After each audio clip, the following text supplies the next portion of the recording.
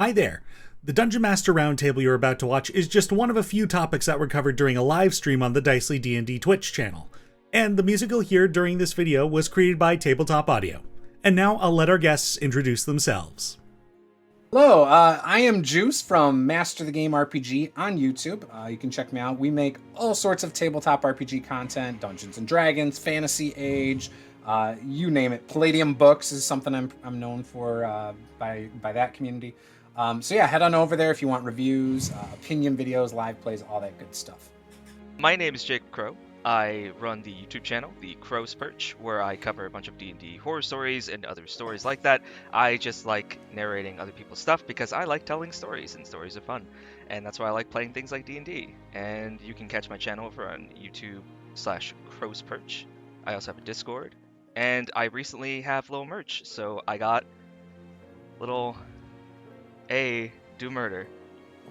I'm a cartoon bird on the internet. How do you do? Hey, I'm Kevin, also known as KR King. My channel is D&D Homebrew. I specialize in homebrewing your own world, creating a entire campaign setting from start to finish. That's kind of what I've always done. I played since the old days. I really like to help people to create their own worlds, but I also analyze modules and different campaign settings, trying to get some of the stuff out of there that you can use in your own world. Hey folks, Wally DM here. I have a YouTube channel that's focused on puzzles and traps and wrote a book about it. My name is Fred Wheeler. I run the How to D&D YouTube channel. I talk about Dungeons and Dragons and RPGs, and I'm the one who herds the cattle or the sheep or the cats or whatever it is into these things. Dungeon Master Roundtable things. Well, we've got one more topic. We're unfortunately going for a rather long stream. Oh boy, I hope we can try and make this quick, guys. Thank you so much for being here. All right, so our last topic for the evening is, how would you deal with / facilitate the old school Paladin scenario when one character is against a party-approved decision or course of action? And back in the day, this was mostly based on, the Paladin mechanics, if they didn't follow this specific tenets that were given to them by their deity, they would lose their power. Nowadays, that's less of a threat, and instead it's more based on, the role play, like, my character, it doesn't make sense for them to go along with this plan, or this particular course of action. So, let's start with Jacob as our new guest on today's round table, and we'll go juice and around. Inter-party drama is fun. Mostly.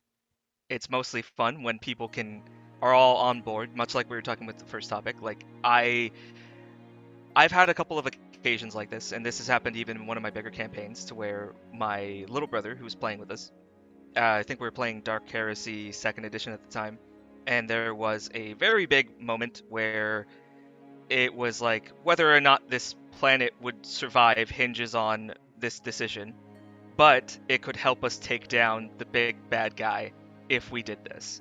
And it led to such a big divide, we had the characters literally about to kill each other over this decision. And I want to say this was the first time ever I had ever encountered inter-party drama that ever escalated to the point to where, a character like this, a character who was the old school Paladin, like my little brother was playing, he was like this inquisitorial type. Said, this is the thing I'm going to do, and if you guys try to stop me, then we're going to come to blows. And I think this situation can be good drama. I think it can be good to have inter-party drama that escalates like that, because of, not every character is going to agree with everything everybody else is doing. We all come into, the characters all come into the party for their own reasons, obviously. Usually, in old school kind of stuff, it's to make money. And if we're not here to make money, then if you're doing something that stops that from happening, then, if you get killed by the roper in the next room, I'm not gonna shed a tear over it. But I think at the end of the day, it really does come down to what are people comfortable with when it comes to this, because it's inevitably going to lead to, especially if the rest of the party is more chaotic, a situation that could lead to PvP. you know? And I think that's something to discuss beforehand. What are you guys comfortable with when it comes to motivations of the players and motivations of the party? Because obviously, the party should have the same motivation. You know, when it comes to why are you doing this adventuring thing as a group, they should have at least the same motivation. And I think, yeah, it's one of those things where it's very much by table, and it could lead to an interesting outcome, but not for everybody. So it's one of those things that I think people really need to discuss beforehand. I mean, definitely a session 0 thing, you know, if everybody's okay with potential conflict, but hey, we live for the drama, right? I mean, I play a lot of what's it called? PBTA, Powered by the Apocalypse games as well. And some of those actions in those games directly interfere with other party members. Like, you will literally do something that in a D&D game you might consider to be a hostile action. And I mean, I'm playing a Blades in the Dark game with my patrons where we have similar things. You know, love to see you there on the Patreon. Yeah, like and so that's come up a couple times to where, you know, police are catching up to them. We got to do something, and you know, one of the party members is just so fervent on like, no, we have to do this specific thing, even if it puts everybody at risk. And maybe they start looking at each other like, maybe we get rid of this guy. And you know, it's one of those things where you really need to discuss this beforehand, and you really need to make sure that, you know, everyone's on the same page when it comes to whether or not we're gonna have a situation like that will lead to potential PvP. Master the Game RPG Juice, what are your thoughts on the Paladin scenario? So I've experienced this in a lot of different ways. Again, old AD&D, we had Paladins that were that way. We played the Caves of Chaos. And for those of you who have never played it, there are children monsters in there. And there are women monsters. Like, it's actually a very big moral dilemma. Look at you. I see you over there, Fred. Like, it's a moral dilemma. Do you kill them? Like, these are monsters. They're only going to grow up to be evil and marauding monsters. Because, you know, that's how it was. So we've played through that, and we've had the situation where, well, do you kill them or not? Obviously, that's a hard thing. That one doesn't bother me as much. That one kind of makes sense. I'm all right with passing up on that one.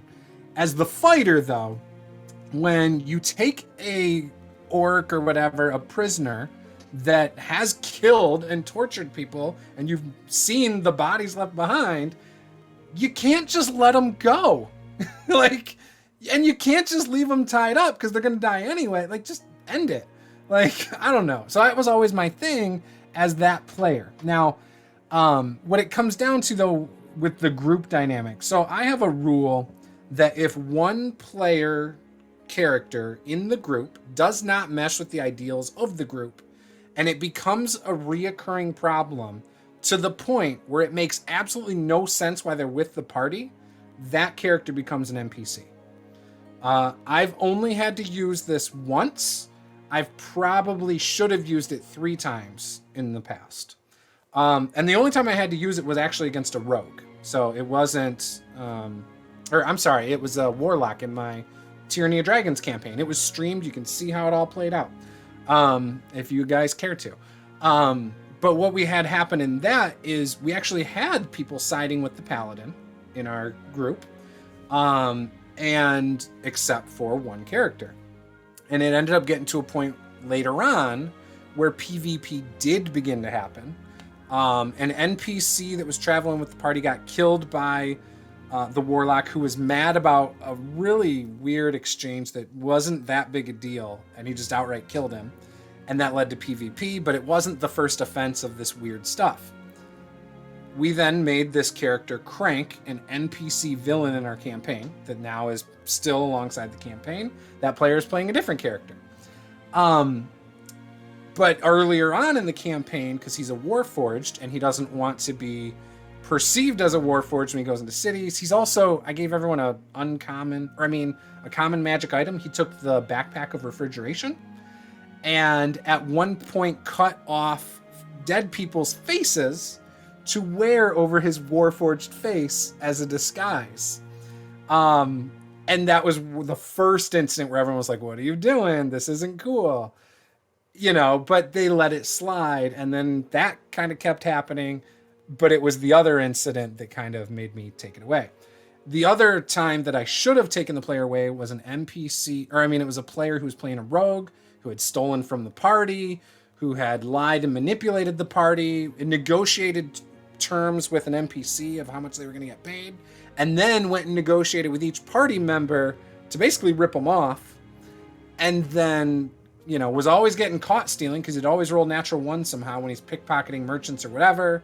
It just got to a point where I should have made him an NPC because the party didn't even like traveling with him in character. It should have just been like, you're fired, roll up a new character kind of thing.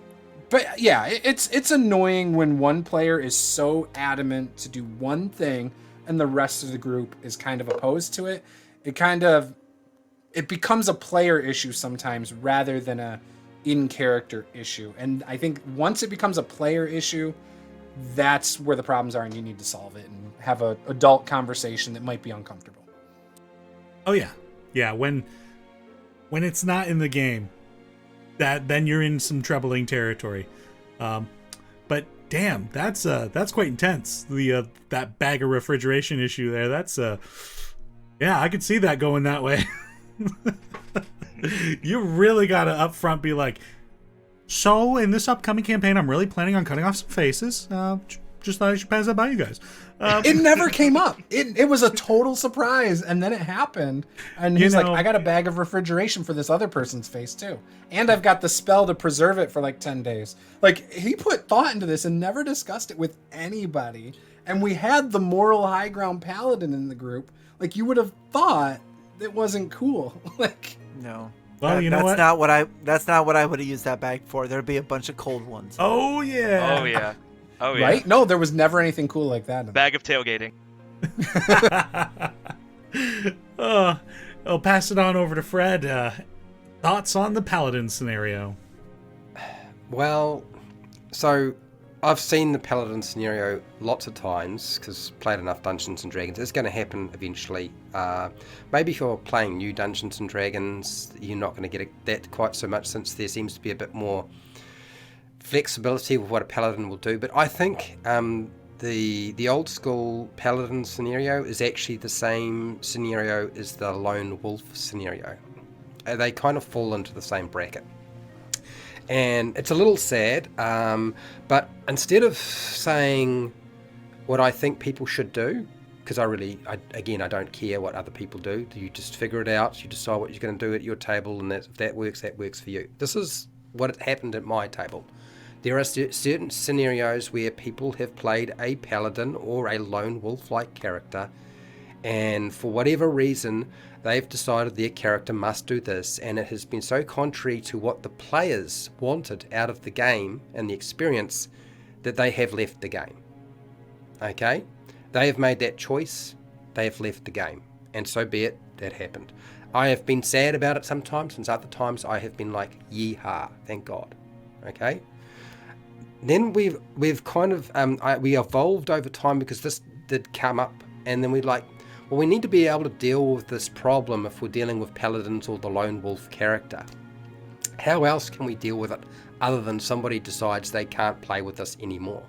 And so what we would do is we have a discussion. Session 0 is obviously a good time, but that discussion often comes up when these scenarios or situations arise. You have to have that discussion all over again about, like, this is something that people are having issues with. You kind of have to have an out of character discussion about it during the game. It's just necessary. I have found myself. And so you're like, oh, well, look, the party wants to do this, but you want to do that. It's not going to work that one character determines what everybody else wants to do, but we understand what you're trying to do here. So I think maybe the best situation is we go off without your character necessarily knowing about it, or your character chooses in this circumstance to be absent and go and do something else, and they come back into the story later. And we've done that, and that's actually worked perfectly fine, provided that it hasn't taken up like the whole game session.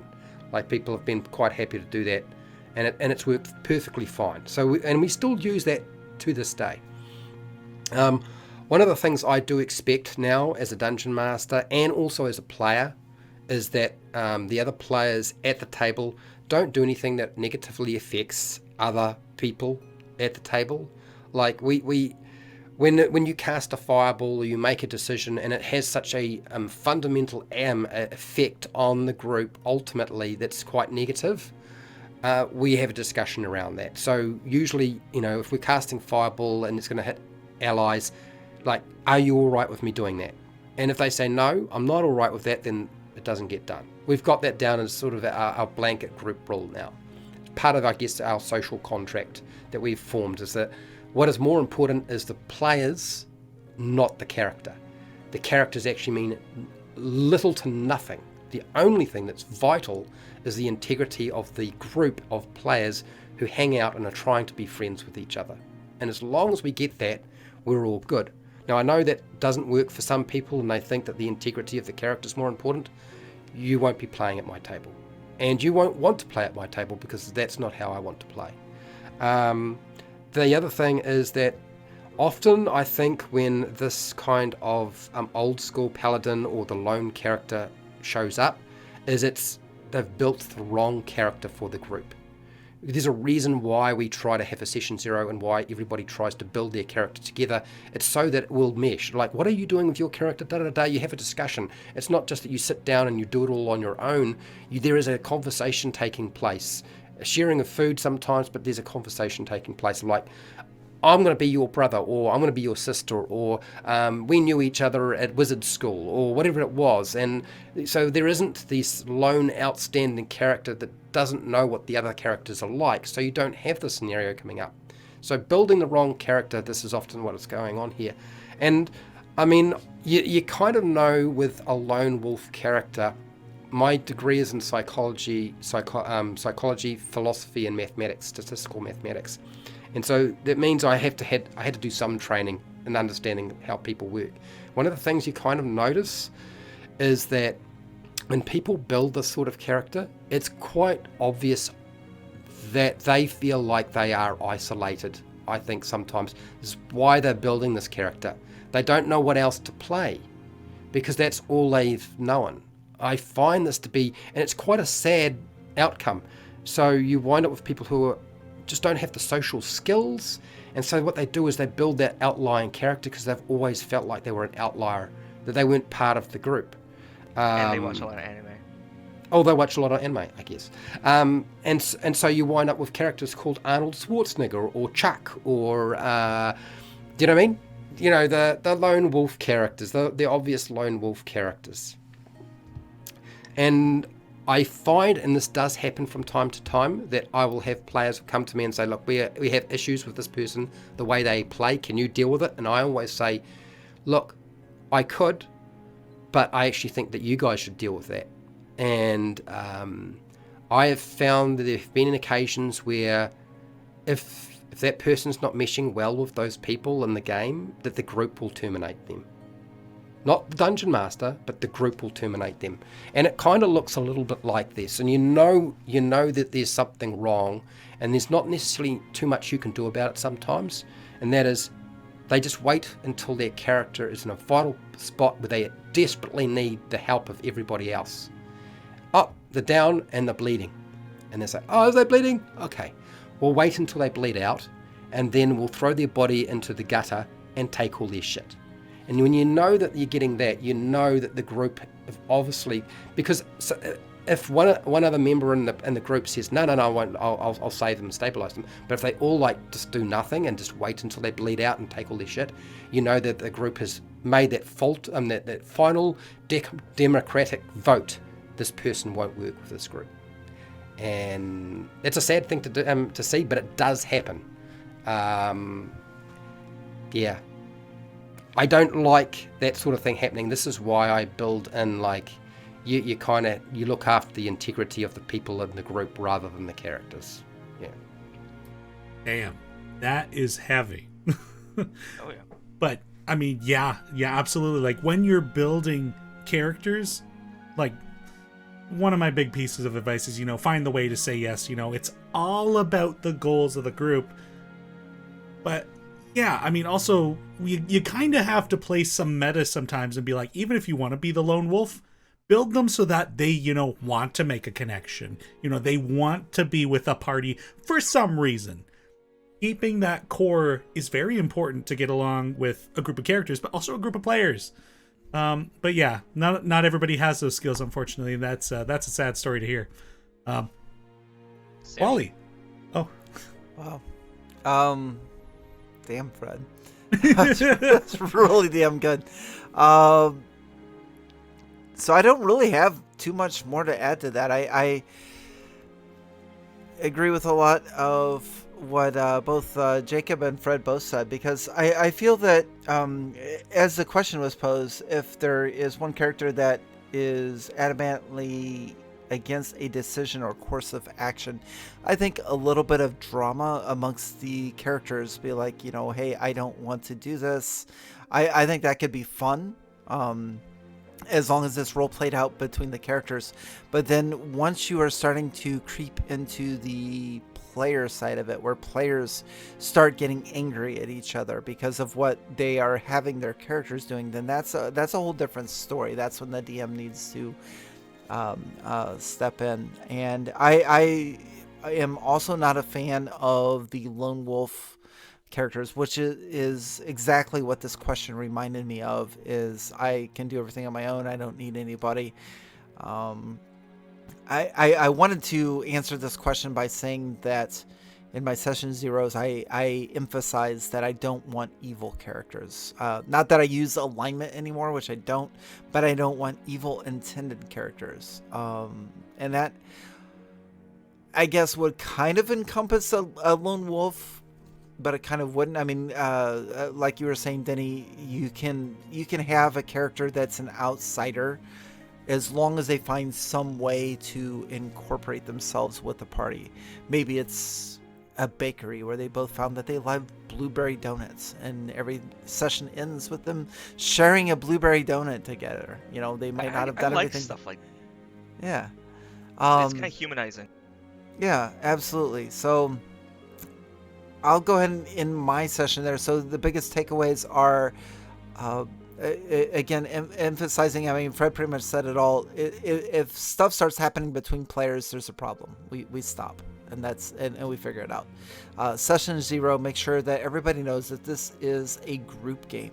We're playing together with common goals. Now, you can have different reasons for achieving those goals, but it still works better for the Dungeon Master to be able to run a game if you all have similar ideals and goals and want to participate. So I'm just going to say great job to everybody else.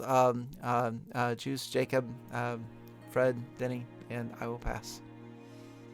And KR King bringing up the end of the line here. I was just saying, a lot of this stuff has been said by everyone, and I think it's such an interesting phenomenon because, the old Paladin thing, if you had a Paladin, to a lot of players in those days, it was a pain in the ass, right? Because you knew they were going to do this kind of Dudley do-right, righteous stuff, and people would be, oh, do I have to do this or whatever? And what I noticed when I got back into D&D, I had a lot of players that had these backgrounds and these characters, and some of them were like neutral, or some of them, a warlock or something, where they felt the need to have this kind of contrarian, or my patron is more important than the party or something. And I was confused by this because traditionally we always played in a kind of an all for one and one for all situation.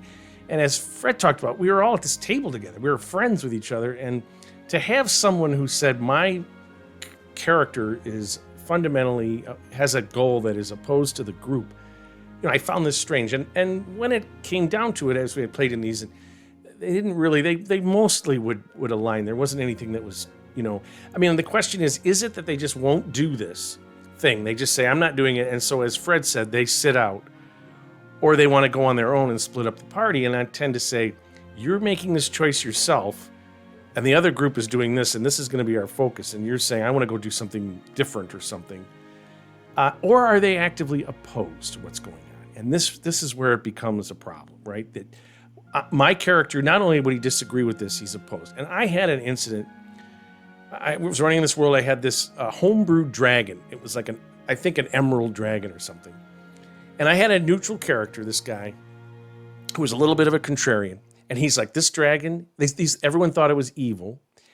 And they were in this town, the Lords of Azure Teni, these lawful good characters that he couldn't stand because they were very judgmental. Their god, I think, was the judgment god. I can't think of the name, but he just found them to be irritating in the extreme. The other characters, we had some neutrals. Again, this was in the days when alignment was a little more significant.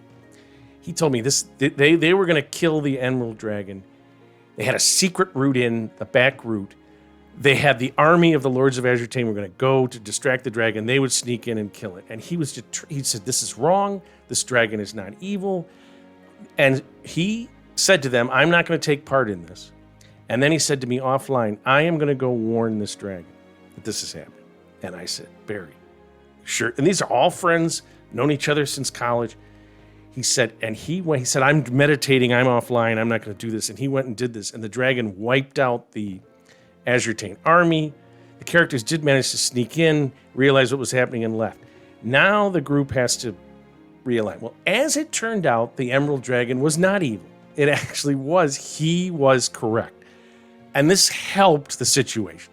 But I'm running this, and he's telling me this offline. Kevin, this is what my character would do. And I'm thinking, this could blow up the whole campaign, But I said, Barry, are you sure? He said, this is what my guy would do. So, it worked out. But I was just thinking that they are going to be so freaking pissed when because, a dragon, we've got him. This is your dream. We've got the back door.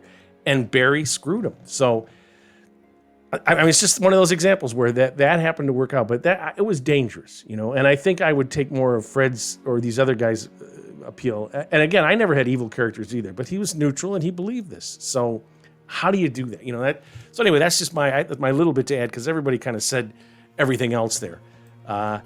You can have these situations where you have someone is determined to go against the grain, and it's a risk. It's a risk. I think as a dungeon master, I think we're also moderators and referees, and we have to let the game play out. And if we see something that's like an illegal punch or something that needs to be addressed, and then that's when we step in. But man, that's a really good story. And it's hard when he gets into that because you're nervous as a dungeon master. You're like, holy crap, he's going against the the party. He's going to warn them.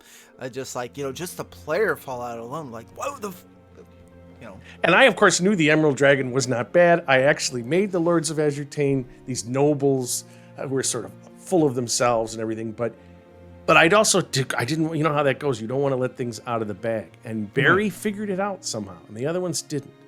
And so, Good for you, but anyway, Barry. that was it was one of those things where I let it go. But I, early on in the campaigns we had, especially when you're young, campaigns fall apart, like Fred said, or I don't know whether I had people just kill, let someone die, but I mean, I let things go. I let people kind of do what they wanted to do, and that's no good, Damn. I think for the most part, everybody else has covered everything that I had planned to talk about on this topic. But yeah, I think like there were some great ideas here. Like if a character's against the course of plan, I think letting them just kind of go off on their own, not participation for this mission. Perhaps if they still want to play, maybe the party hires a mercenary or something. So they still get to play, but they're not tied to their character not wanting to be there. Maybe it's like a matter of like cashing in a favor. Like if I go along with this with you guys this time, I get to call the shots the next time there's a big decision. Like there is a lot of interesting character drama that can be played, and I think in a lot of these situations there's got to be a lot of trust between the party, because when it starts leaking out, like as long as you all are comfortable with each other, know each other, there's a bit more room to have that conflict. I know in one of my past games, I was a character steeped in secrets. Like most of the party didn't trust me, and yet they somehow still made it work. One of the players was going to sacrifice themselves for the end of this campaign, and I enlisted an NPC of theirs to be like, we're not going to let them kill themselves. I'm going to sacrifice myself instead. And it was one of those situations where like I kind of undermined the plans of one of the other characters to save their life. And thankfully, if this was people that, like, as players, didn't trust each other, I could see that campaign having ended very badly, as they got feeble mind, and I was like, they can't sacrifice themselves. Got it. And we still talk about that moment to this day, being like, I can't believe you did that. It was so cool. I was like, thank you for trusting me. Like, yeah, it's a fine line, you know. Make your characters so that they want to work with a group. And also just talk to each other in game, out of game. It's important to keep conversations up. I mean, is there anything else? Game, right? Yeah, that is exactly right. It's conversation. Is there anything else anybody wanted to add before we begin wrapping up here? Fred? I just want to answer Juice's reference to Keep on the Borderlands, because we wind up going back to this adventure quite a lot. So Keep on the Borderlands, or the Caves of Chaos, which does have baby kobolds, goblins, stuff like that in there, and women and so forth. And I played through it, and I decided that I didn't really want to, I couldn't stomach the idea of killing all of the baby monsters, and everybody else wanted to, and they said, well, look, they're just going to grow up and become a problem later on. So how are you going to solve this? And I said, because I wasn't looking at my character sheet, I said, well, there's actually a church and a priest back at the castle. So why don't we collect up all the children, since all of the males and the mothers have all been dispatched by various things, and instead of killing them, why don't we get the church to adopt them and bring them up, like in an orphanage? And I will spring for the money. I will put the money up, and I didn't realize what was going on, because it was very much counter to what the group was doing. Because they were all like, we should just kill them. We should just get rid of them. And so I did this. And for many sessions after, those baby monsters were being brought up by the priest in the temple and so forth. And I said, I'm kind of curious, guys. I was wondering why you let me do that and you didn't just, cut their throats and be done with it. And they said, well, because Fred, you hadn't really considered the harm that you were going to do to them by having them brought up by the clergy. If you got any idea what priests are like with children. And I was like, you've got to be kidding. Is that the only reason that you allowed me to do that in the first place? And he said, yeah, it would have been kinder to have killed them, Fred, but your character's solution was far worse than ours, so we let you do it. And I was like, okay, all right. So Here was thinking this was going to be wholesome, like it was Yeah. going to be the freaking Barky Button. No. I gotta say, Fred, you've Wasn't come where I up with thought it some was going. you've come up with some real anecdotes tonight about we let him bleed out, then we gave the children to the priest. What What a turnaround. I was like, this is going to be I would have wholesome. fought it because I wouldn't Yeah, have wanted to fucking leave twist. the dungeon. I would have told you it's stupid to travel back to the city. It won't happen. I'll leave him alive, but I'm not going back to the city. Oh my god. Thank you, Fred, for that. I think that's probably where we're going to end off tonight's stream with that story. On that note, Thank you, everybody. It's a good place to stop. Oh, fantastic. And that brings us to the last topic that was covered during this live stream, the old school Paladin scenario. Be sure to check out all the channels of the guests who were present during this Dungeon Master Roundtable, and if you've been enjoying these videos, perhaps subscribe and help this channel grow a little bit more. It would be greatly appreciated.